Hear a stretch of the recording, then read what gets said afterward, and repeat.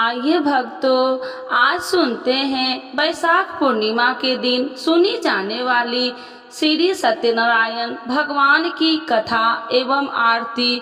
तो एक बार बोलिए प्रेम से श्री सत्यनारायण भगवान की जय। यह कथा सुनने से दुख शोक आदि को दूर करने वाला है, धन्य धान्य को बढ़ाने वाला, सौभाग्य तथा संतान को देने वाला है। तो एक बार बोलिए प्रेम से श्री सत्यनारायण भगवान की जय। प्रथम अध्याय। एक समय नैमी सारण्य 88,000 ऋषियों ने श्री सूत जी से पूछा, हे प्रभु, इस कलयुग में वेद विद्या रहित मनुष्य को प्रभु भक्ति किस प्रकार मिलेगी तथा उनका उद्धार कैसे होगा। इसलिए हे मुनि श्रेष्ठ, कोई ऐसा व्रत कहिए जिससे थोड़े समय में पुण्य प्राप्त होवे तथा मन वांछित फल मिले। ऐसा कथा सुनने की हमारी इच्छा है। सर्वशास्त्र ज्ञाता सूत जी बोले, हे वैष्णव, मैं पूज्य आप सबने सर्व प्राणियों के हित की बात पूछी है। अब मैं उस श्रेष्ठ व्रत को आप लोगों से कहूँगा जिस व्रत को नारद जी ने लक्ष्मी नारायण से पूछा था। एक समय योगी राज नारद जी दूसरे के हित की इच्छा से अनेक लोकों में घूमते हुए मृत्यु लोक में आ पहुँचे। वहाँ बहुत योनियों में जन्मे हुए प्रायः सभी मनुष्यों को अपने कर्मों के द्वारा अनेक दुखों से पीड़ित देखकर सोचा कि किस यत्न के कारण से निश्चय ही इनके दुख का नाश हो सकेगा। नारद ऐसा मन में सोचकर विष्णु लोक को गए। वहाँ श्वेत वर्ण और 4 भुजा वाले देवों के इस नारायण को, जिनके हाथ में शंख चक्र गदा और पद्म थे तथा वरमाला पहने हुए थे, देखकर स्तुति करने लगे। हे भगवान, आप अत्यंत शक्ति से संपन्न है, मन तथा वाणी भी आपको नहीं पा सकती। आपका यदि मध्य और अंत नहीं है, निर्गुण स्वरूप सृष्टि के कारण भूत व भक्तों के दुखों को नष्ट करने वाले हो, आपका मेरा नमस्कार है। नारद जी से इस प्रकार की स्तुति सुनकर विष्णु भगवान बोले, हे मुनि श्रेष्ठ, आपके मन में क्या है? आपका यहाँ किस काम के लिए आगमन हुआ है? निसंकोच कहो। तब नारद मुनि बोले, मृत्यु लोक में सब मनुष्यों को अनेक योनियों में पैदा हुआ है। अपने कर्मों के द्वारा उनके प्रकार के दुखों से दुखित हो रहे हैं। हे नाथ, मुझ पर दया रखते हैं तो बतलाइए कि उन मनुष्यों के सब दुख थोड़े से प्रयत्न से ही कैसे दूर हो सकते हैं। श्री भगवान जी बोले, हे नारद, मनुष्य की भलाई के लिए तुमने बहुत अच्छी बात पूछी है। जिस व्रत के करने से मनुष्य मोह से छूट जाता है, मैं वह कहता हूँ, सुनो। बहुत पुण्य देने वाला है। स्वर्ग तथा मनुष्य लोक दोनों में दुर्लभ एक उत्तम व्रत है। आज मैं प्रेम वश होकर तुमसे कहता हूँ, सत्यनारायण का यह व्रत अच्छी तरह विधान पूर्वक करके मनुष्य तुरंत ही यहाँ सुख भोग कर मरने पर मोक्ष को प्राप्त होता है। श्री भगवान के वचन सुनकर नारद मुनि बोले, उस व्रत का क्या फल है, क्या विधान है, किसने यह व्रत किया है और किस दिन यह व्रत करना चाहिए, विस्तार से बतलाइए। भगवान बोले, दुख शोक आदि को दूर करने वाला, धन्य धान्य को बढ़ाने वाला, सौभाग्य तथा संतान को देने वाला यह व्रत सब स्थान पर विजयी करने वाला है। भक्ति और श्रद्धा के साथ किसी भी दिन मनुष्य श्री सत्यनारायण भगवान के शाम के समय ब्राह्मणों और बांधवों के साथ धर्मपरायण होकर पूजा करे। भक्ति भाव से नवेद, केले का खम्भ, घी, दूध और गेहूं के चूर्ण सवाया लबे गेहूं के अभाव में साठी के चूर्ण, शक्कर तथा गुड़ ले आए और सब भक्षण योग पदार्थ जमा करके भगवान को अर्पण कर देवे तथा बंधुओं समेत ब्राह्मणों को भोजन करवावे। तत्पश्चात स्वयं भोजन करके नित्य गीत आदि का आचरण कर सत्यनारायण भगवान को स्मरण करते हुए समय व्यतीत करे। इस तरह व्रत करने पर मनुष्य की इच्छा निश्चय ही पूरी होती है। विशेषकर कली काल में भूमि पर यही मोक्ष का सरल उपाय है। इति श्री सत्यनारायण व्रत कथा प्रथम अध्याय संपूर्ण। तो एक बार बोलिए प्रेम से श्री सत्यनारायण भगवान की जय। द्वितीय अध्याय। सूत जी बोले, हे ऋषियों, जिन्होंने पहले समय में इस व्रत को किया है उनका वृत्तांत कहता हूँ, ध्यान से सुनो। सुंदर काशीपुरी नगरी में अति निर्धन ब्राह्मण रहता था। वह भूख और प्यास से बेचैन हुआ नित्य ही पृथ्वी पर घूमता था। ब्राह्मणों से प्रेम करने वाले भगवान ने ब्राह्मण को दुखी देखकर बूढ़े ब्राह्मण का रूप धरकर उसके पास जा आदर के साथ पूछा, हे गरीब, नित्य दुखी हुआ पृथ्वी पर क्यों घूमता है? हे श्रेष्ठ ब्राह्मण, यह सब मुझसे कहो, मैं सुनना चाहता हूँ। ब्राह्मण बोला, मैं बहुत निर्धन ब्राह्मण हूँ, भिक्षा के लिए पृथ्वी पर फिरता हूँ। हे भगवान, यदि आप इसका उपाय जानते हैं तो कृपा कर कहो। वृद्ध ब्राह्मण बोला कि सत्यनारायण भगवान मनोवांछित फल देने वाले हैं, इसीलिए हे ब्राह्मण, तू उनका पूजन कर, जिसके करने से मनुष्य सब दुखों से मुक्त होता है। ब्राह्मण को व्रत का सारा विधान बतलाकर बूढ़े ब्राह्मण का रूप धारण करने वाले सत्यनारायण भगवान अंतर ध्यान हो गए। जिस व्रत को वृद्ध ब्राह्मण ने बतलाया, मैं उसको अभ्यास करूंगा। यह निश्चय करने पर उस ब्राह्मण को भी नींद न आई। वह सवेरे के लिए चला। उस दिन उसको भिक्षा में बहुत सा धन मिला, जिससे बंधु बांधवों के साथ उसने सत्यनारायण का व्रत किया। उसके करने से वह ब्राह्मण सब दुखों से छूटकर अनेक प्रकार की संपत्तियों से युक्त हुआ।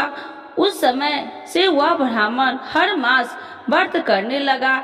इस तरह सत्यनारायण भगवान के व्रत को जो करेगा सब पापों से छूटकर मोक्ष को प्राप्त होगा।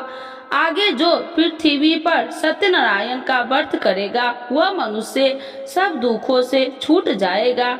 इस तरह नारद जी ने सत्यनारायण का कहा हुआ यह व्रत तुमने कहा, हे वृप, अब मैं और क्या कहूँ? ऋषि बोले, हे मुनि श्रेष्ठ, संसार में इस ब्राह्मण से सुनकर किस किस ने इस व्रत को किया, हम सब वह सुनना चाहते हैं। इसके लिए हमारे मन में श्रद्धा है। सूत जी बोले, हे मुनियों, जिसने इस व्रत को किया है वह सब सुनो। एक समय वह ब्राह्मण धन और ऐश्वर्य के अनुसार बंधु बांधवों के साथ व्रत करने को तैयारी हुआ। उसी समय एक लकड़ी बेचने वाला बूढ़ा आदमी आया और बाहर लकड़ियों को रखकर ब्राह्मण के मकान में गया। प्यास से दुखी लकड़हारा उनको व्रत करते देखकर ब्राह्मण को नमस्कार करके पूछने लगा कि आप यह क्या कर रहे हैं और इसके करने से क्या फल मिलता है, कृपया करके मुझसे कहो। ब्राह्मण ने कहा, सब मनोकामनाओं को पूरा करने वाला यह सत्यनारायण भगवान का व्रत है। इसकी ही कृपा से मेरे यहाँ धन्य धान्य आदि की वृद्धि हुई है। ब्राह्मण से व्रत के बारे में जानकर लकड़हारा बहुत प्रसन्न हुआ।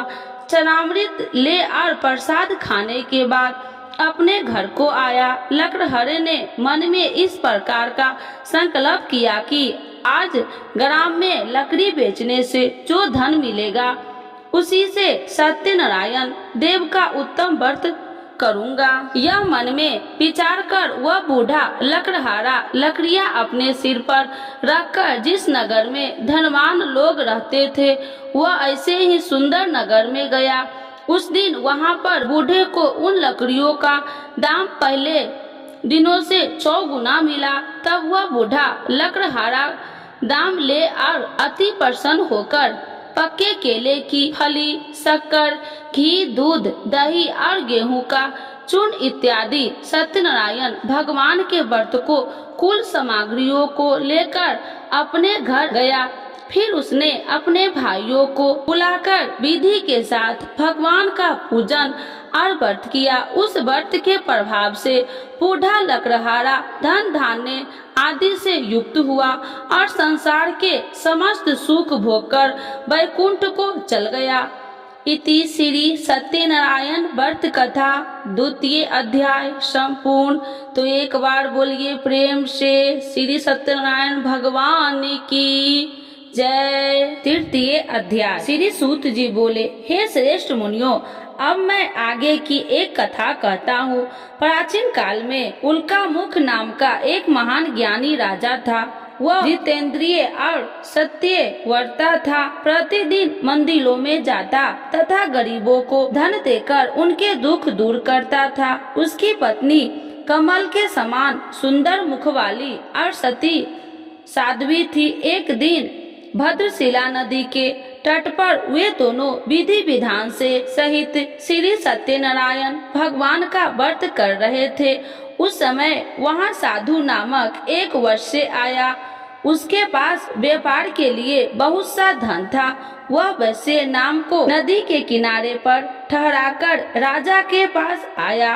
राजा को व्रत करते हुए देखकर उसने विनय पूर्वक पूछा, हे राजन, यह आप क्या कर रहे हैं? मेरी सुनने की इच्छा है, कृपया आप यह मुझे भी समझाइए।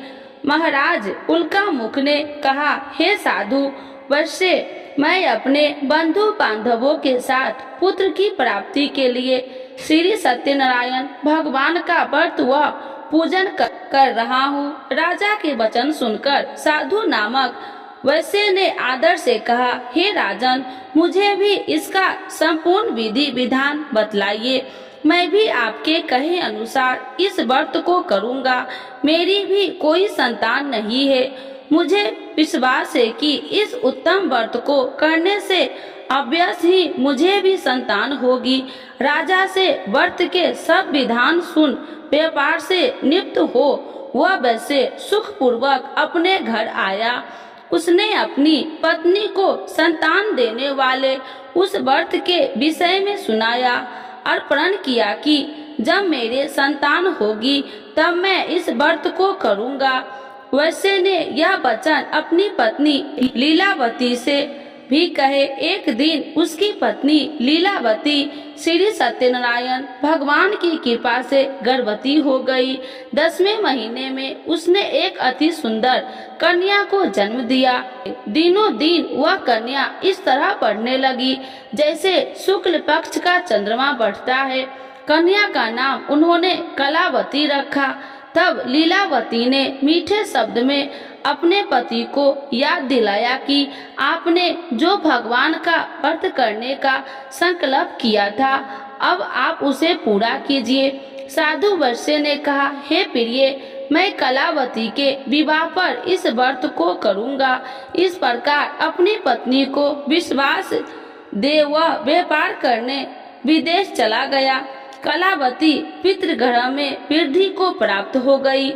लौटने पर साधु ने जब नगर में सखियों के साथ अपनी वयस्क होती हुई पुत्री को खेलते देखा तो उसने उसके विवाह की चिंता हुई। तब उसने एक दूत को बुलाकर कहा कि उसकी पुत्री के कोई सुंदर वर देखकर लाए।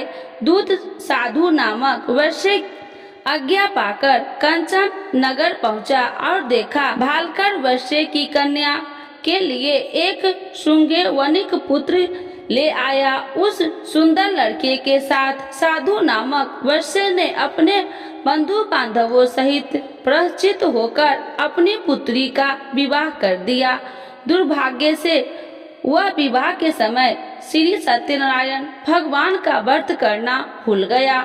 इस पर श्री सत्यनारायण अत्यंत क्रोधित हो गए। उन्होंने वैश्य को श्राप दिया कि तुम्हें दारुण दुख प्राप्त होगा, और फिर अपने कार्यों में कुशल हुआ वैश्य अपने दामाद सहित नाव पर बेड़ा लेकर व्यापार करने के लिए सागर के समीप स्थित रत्न सारनपुर नगर में गया। रत्न सारनपुर चंद्रकेतु नामक राजा राज करता था। दोनों ससुर जमाई चंद्रकेतु राजा के उस नगर में व्यापार करने लगे। एक दिन भगवान श्री सत्यनारायण की माया से प्रेरित एक चोर राजा चंद्रकेतु का धन चुराकर भाग रहा था। राजा के दूत को अपने पीछे तेजी से आते देखकर चोर ने घबराकर राजा को धन को वैश्य की नाव में चुपचाप रख दिया। वहां से ससुर जमाई ठहरे हुए थे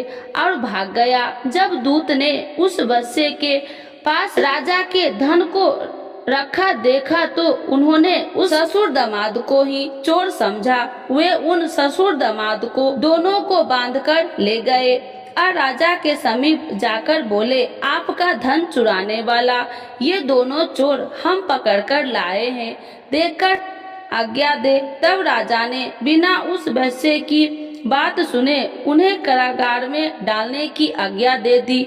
इस प्रकार राजा की आज्ञा से उनको कारावास में डाला दिया गया तथा उनका सारा धन भी छीन लिया गया। श्री सत्यनारायण भगवान के श्राप के कारण उस वैश्य की पत्नी लीलावती व पुत्री कलावती भी घर पर बहुत दुखी हुई। उनका सारा धन चोर चुरा कर ले गए। मानसिक व शारीरिक पीड़ा तथा भूख प्यास से अति दुखी हो भोजन की आस में कलावती एक ब्राह्मण के घर गई। उसने ब्राह्मण को श्री सत्यनारायण भगवान का व्रत विधि पूर्वक करते देखा। उसने कथा सुनी और श्रद्धा पूर्वक प्रसाद ग्रहण कर रात को घर आई। माता ने कलावती से पूछा, हे पुत्री, तू अब तक कहाँ रही? मैं तेरे लिए बहुत चिंतित थी। माता के शब्द सुन कलावती बोली, हे माता, मैंने एक ब्राह्मण के घर श्री सत्यनारायण भगवान का व्रत होते देखा और मेरी भी उस उत्तम व्रत को करने की इच्छा है। माता ने कन्या के वचन सुनकर श्री सत्यनारायण भगवान के पूजन की तैयारी की। उसने बंधुओं सहित श्री सत्यनारायण भगवान का पूजन व व्रत किया और वर मांगा कि मेरे पति और दामाद शीघ्र ही घर लौट आए। साथ ही विनती की, हे प्रभु, अगर हमसे कोई भूल हुई तो हम सबका अपराध क्षमा करो। श्री सत्यनारायण भगवान इस व्रत से संपन्न हो गए। उन्होंने राजा चंद्रकेतु को स्वप्न में दर्शन देकर कहा, हे राजन, जिन दोनों वैश्यों को तुमने बंदी बना रखा है वे निर्दोष है, उन्हें प्रातः ही छोड़ दो। उनका सब धन जो तुमने अधिग्रहित किया है लौटा दो, अन्यथा मैं तुम्हारा राज्य, धन, पुत्र आदि सब नष्ट कर दूंगा। राजा से ऐसे वचन सुनकर भगवान अंतर्ध्यान हो गए और फिर प्रातः काल राजा चंद्रकेतु के दरबार में सबको अपना स्वप्न सुनाया और सैनिक को आज्ञा दी कि दोनों वैश्य को कैद से मुक्त कर दरबार में ले आओ। दोनों ने आते ही राजा को प्रणाम किया। राजा ने कोमल वचनों से कहा, हे महामुने भावो, तुम्हें अज्ञानतावश ऐसा कठिन दुख प्राप्त हुआ है। अब तुम्हें कोई भय नहीं, तुम मुक्त हो। इसके बाद राजा ने उनको नए नए वस्त्राभूषण पहनाए तथा उनकी जितना धन लिया था उसको दोगुना लौटाकर आदर से विदा किया। दोनों वैश्य अपने घर को चल दिए। इति श्री सत्यनारायण व्रत कथा तृतीय अध्याय संपूर्ण। तो एक बार बोलिए प्रेम से विष्णु भगवान की जय। चतुर्थ अध्याय। सूत जी ने आगे कहा, वैश्य ने यात्रा आरंभ कि और अपने नगर को चला। अनेक थोड़ी दूर आगे बढ़ने पर दंडी वेशधारी श्री सत्यनारायण भगवान ने उसकी परीक्षा लेने हेतु उससे पूछा, हे वैश्य, तेरी नाव में क्या है? अभिमान वणिक हंसता हुआ बोला, हे दंडी, आप क्यों पूछते हैं? क्या धन लेने की कामना है? मेरी नाव में तो बेल के पत्ते भरे हैं। वैश्य ने ऐसे वचन सुनकर दंडी वेशधारी श्री सत्यनारायण भगवान बोले, तुम्हारा वचन सत्य हो। ऐसा कहकर वे वहां से चले गए और कुछ दूर जाकर समुद्र के तट पर बैठ गए। दंडी महाराज के जाने के पश्चात वैश्य ने नित्य क्रियाओं से निपुण होने के बाद नाव को ऊंची उठी देखकर अचंभा किया तथा नाव में बेल के पत्ते आदि देखकर मूर्छित हो जमीन पर गिर पड़ा। मूर्छित खुलने पर अति शोक करने लगा। अब उसके दामाद ने कहा, आप शोक न करे, यह दंडी महाराज का श्राप है, अतः हमें उनकी शरण में ही चलना चाहिए, वही हमारे दुखों का अंत करेंगे। दामाद के वचन सुनकर वह वैश्य दंडी भगवान के पास पहुंचा और अत्यंत भक्ति भाव से पश्चाताप करते हुए बोला, मैंने तो आपसे अत्यंत वचन कहे थे, उनके लिए मुझे क्षमा करे। ऐसा कहकर वह शोकातुर हो रोने लगा। तब दंडी भगवान बोले, हे वणिक पुत्र, मेरी आज्ञा से ही बार बार तुझे दुख कष्ट प्राप्त हुआ है, तू मेरी पूजा से विमुख हुआ है। तब उस वैश्य ने कहा, हे भगवान, आपकी माया को ब्रह्मा आदि देवता भी नहीं जान पाते, तब मैं मूर्ख भला कैसे जान सकता हूँ? आप प्रसन्न होइए, मैं अपनी क्षमता अनुसार आपकी पूजा करूँगा। मेरी रक्षा कीजिए और मेरी नौका को पहले के समान धन से परिपूर्ण कर दीजिए। उसके भक्ति से परिपूर्ण वचन सुनकर श्री सत्यनारायण भगवान प्रसन्न हो गए और उसकी इच्छा अनुसार वर देकर अंतर ध्यान हो गए। तब ससुर व दामाद दोनों ने नाव पर आकर देखा कि नाव धन से परिपूर्ण है। फिर वह विधि विधान से भगवान सत्यनारायण का पूजन कर साथियों सहित अपने नगर को चला। तब वह अपने नगर के निकट पहुंचा। तब उसने एक दूत को अपने घर भेजा। दूत ने साधु नामक वैश्य के घर जाकर उसकी पत्नी को नमस्कार किया और कहा, आपके पति अपने जमाता सहित इस नगर में समीप आ गए हैं। लीलावती और उसकी कन्या कलावती इस समय भगवान का पूजन कर रही थी। दूत का वचन सुनकर साधु की पत्नी ने बड़े हर्ष के साथ सत्यनारायण भगवान का पूजन पूर्ण किया और अपनी पुत्री से कहा, मैं अपने पति के दर्शन को जाती हूँ, तू पूजन पूर्ण कर शीघ्र आ जाना। परंतु कलावती पूजन एवं प्रसाद छोड़कर अपने पति के दर्शन के लिए चली गई। पूजन एवं प्रसाद की अवज्ञा के कारण भगवान सत्यनारायण ने रुष्ट हो उसके पति को नाव सहित पानी में डुबो दिया।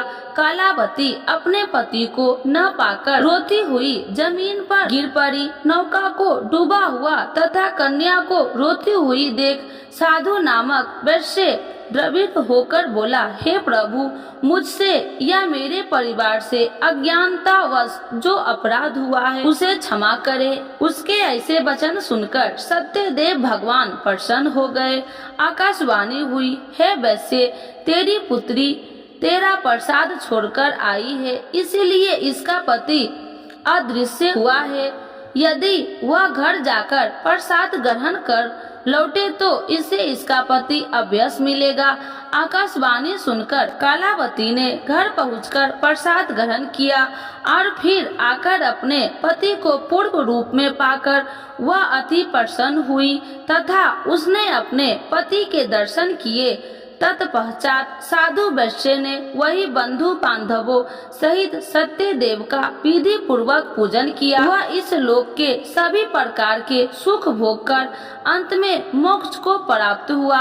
इति श्री सत्यनारायण व्रत कथा चतुर्थ अध्याय संपूर्ण। एक बार बोलिए प्रेम से श्री सत्यनारायण भगवान की जय। पंचम अध्याय। श्री सूत जी बोले, हे ऋषिगण, मैं एक और कथा कहता हूँ, आप सभी ध्यान से सुनो।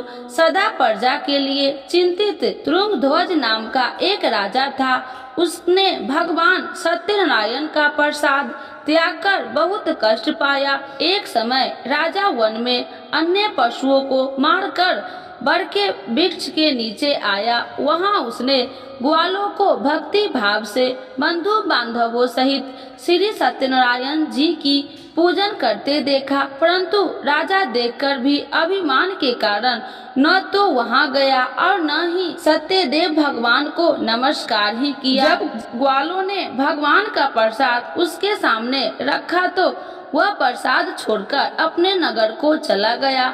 नगर में पहुंचकर उसने देखा कि उसका सारा राज्य नष्ट हो गया। वह समझ गया कि यह सब भगवान सत्यदेव ने रुष्ट होकर किया है। तब वह वन में वापस आया और ग्वालों के समीप जाकर विधि पूर्वक पूजन कर प्रसाद ग्रहण किया तो सत्यनारायण की कृपा से सब कुछ पहले जैसा ही हो गया और लंबे समय तक सुख भोग कर मरणोपरांत वह मोक्ष को प्राप्त हुआ। जो मनुष्य इस श्रेष्ठ दुर्लभ व्रत को करेगा, श्री सत्यनारायण भगवान की कृपा से उसे धन्य धान्य की कोई कमी नहीं होगी। निर्धन धनी और बंदी बांधवों से मुक्त होकर निर्भय हो जाता है। संतानहीन को संतान की प्राप्ति होती है तथा सब इच्छाएं पूर्ण कर अंत में वह वैकुंठ धाम को जाता है। अब उनके बारे में भी जानिए जिन्होंने पहले इस व्रत को किया है। अब उनके दूसरे जन्म की कथा भी सुनिए। सतानंद नामक वृद्ध ब्राह्मण ने सुदामा के रूप में जन्म लेकर श्री कृष्ण की भक्ति एवं सेवा कर वैकुंठ प्राप्त किया। उल्का मुख नामक महाराज राजा दशरथ बने और श्री रघुनाथ का पूजन कर मोक्ष को प्राप्त हुए। साधु नाम के वैश्य ने धर्मात्मा व सत्य प्रतिज्ञ राजा मोरध्वज बनकर अपने पुत्र को ओर से चीर कर वैकुंठ धाम प्राप्त किया। महाराज तुंगध्वज और स्वयंभू मनु बने। उन्होंने बहुत से लोगों को भगवान की भक्ति में लीन करवाकर वैकुंठ धाम प्राप्त किया। लकड़हारा अगले जन्म में गृह नामक निषाद राजा बना, जिसने राम के चरणों की सेवा कर अपने सभी जन्मों को संवार लिया। इति श्री सत्यनारायण व्रत कथा पंचम अध्याय संपूर्ण। तो एक बार बोलिए प्रेम से भगवान श्री सत्यनारायण की जय। आरती श्री सत्यनारायण जी की जय। लक्ष्मी रमीना श्री जय लक्ष्मी रमीना सत्यनारायण स्वामी जनिपात की हरिना जय लक्ष्मी रमीना रत्न जरित सिंहासन अद्भुत छवि राजे स्वामी अद्भुत छवि राजे नारद करत निरंजन घंटा ध्वनि बाजे ओम जय लक्ष्मी रमीना प्रगट भरे कलिकारणी दिज को दरस दियो स्वामी दिज को दरस दियो बूढ़ो ब्राह्मण बन कर कंचन महल कियो जय लक्ष्मी रमीना दुर्लभ भील कठारो इन पर कृपा करी स्वामी इन पर कृपा करी चंद चूर एक राजा जिनकी विपत्ति हरी जय लक्ष्मी रमीना वैश्य मनोरथ पायो सरधा तज दिन्ही स्वामी सरधा तज दिन्ही सौ फल भोग प्रभु जी फिर स्तुति किन्नी ओम जय लक्ष्मी रमना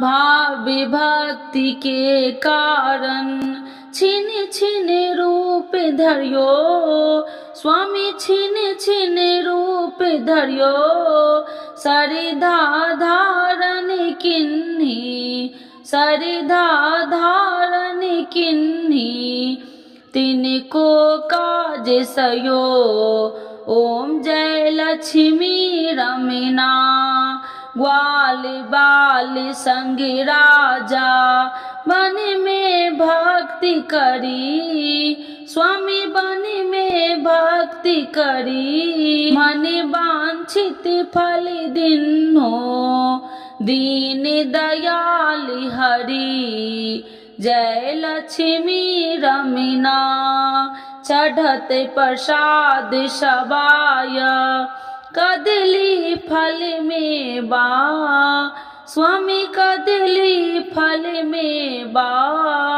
धूप दीप तुलसी से राजी सत्य देवा ओम जय लक्ष्मी रमना। श्री सत्यनारायण जी की आरती जो कोई नर गावे स्वामी जो कोई नर गावे कहत शिवानंद स्वामी मन वांछित फल पावे जय लक्ष्मी रमना स्वामी जय लक्ष्मी रमना। श्री सत्यनारायण भगवान की जय विष्णु भगवान की जय सर्व देवी देवताओं की जय।